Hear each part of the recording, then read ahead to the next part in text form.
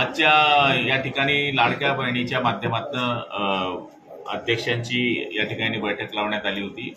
या बैठकीला माननीय आमदार महोदय आणि कलेक्टर आणि सगळे समितीचे अध्यक्ष आणि सदस्य या ठिकाणी उपस्थित होते।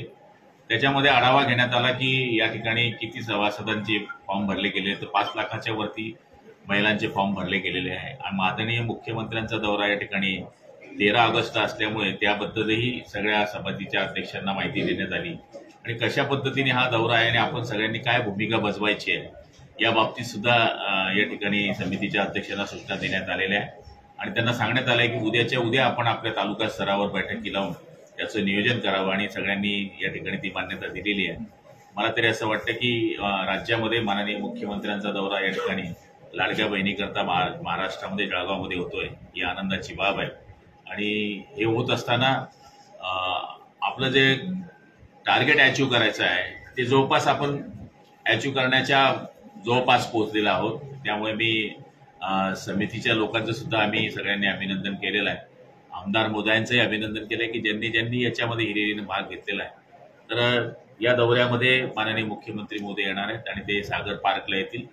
सागर पार्कमध्ये आल्यानंतर त्या ठिकाणी छोटे मोठे जे कार्यक्रम आहेत ते सगळे झाल्यानंतर आपल्या महिला भगिनीशी त्या ठिकाणी संवाद साधतील आणि या योजनेच्या बाबतीमध्ये माहिती देण्याचा प्रयत्न करतील आणि मला तरी असं वाटतं की हा दौरा यशस्वी होण्याकरता आजची ही बैठक पार पडली। किती लोकांची उपस्थिती राहील असा आमचा अंदाज तर 40,000चा आहे, पण सागर पार्कची कपॅसिटी पाहिली तर 30 ते 35,000ची आहे आणि मला तरी असं वाटतं की ते तुडुंब भरलेलं असेल असा आमचा विश्वास आहे। लाडक्या बहिणींना काय आव्हान कराल?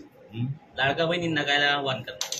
बहिणींना एवढंच आव्हान आहे की आमची मंडळी किंवा प्रशासन शासनाची सगळे लोक आपल्या दरवाजी येत आहेत, आपल्याकडनं माहिती मागतायत, आपले फॉर्म्स भरण्याकरता हे करतायत, तर जी माहिती आपल्याकडे आहे ती त्वरित उपलब्ध करून द्यावी आणि काही अडचण असली तर आमचे जे समितीचे अध्यक्ष आहे, समितीचे सभासद आहे, संबंधित आमदार आहे यांच्याशी आपण संपर्क साधावा जेणेकरून आपल्या अडचणीला ते त्वरित दूर करू शकतील आणि याच्याकरता महिला सशक्तीकरणाकरता जे शासनाने धोरण आखलेलं आहे त्या धोरणामध्ये आपण सगळ्यांनी सहभागी व्हावं अशीच आम्ही महिला भगिनींना या ठिकाणी आवाहन करतो। येताना काही ड्रेस कोड वगैरे ठेवलेला आहे का?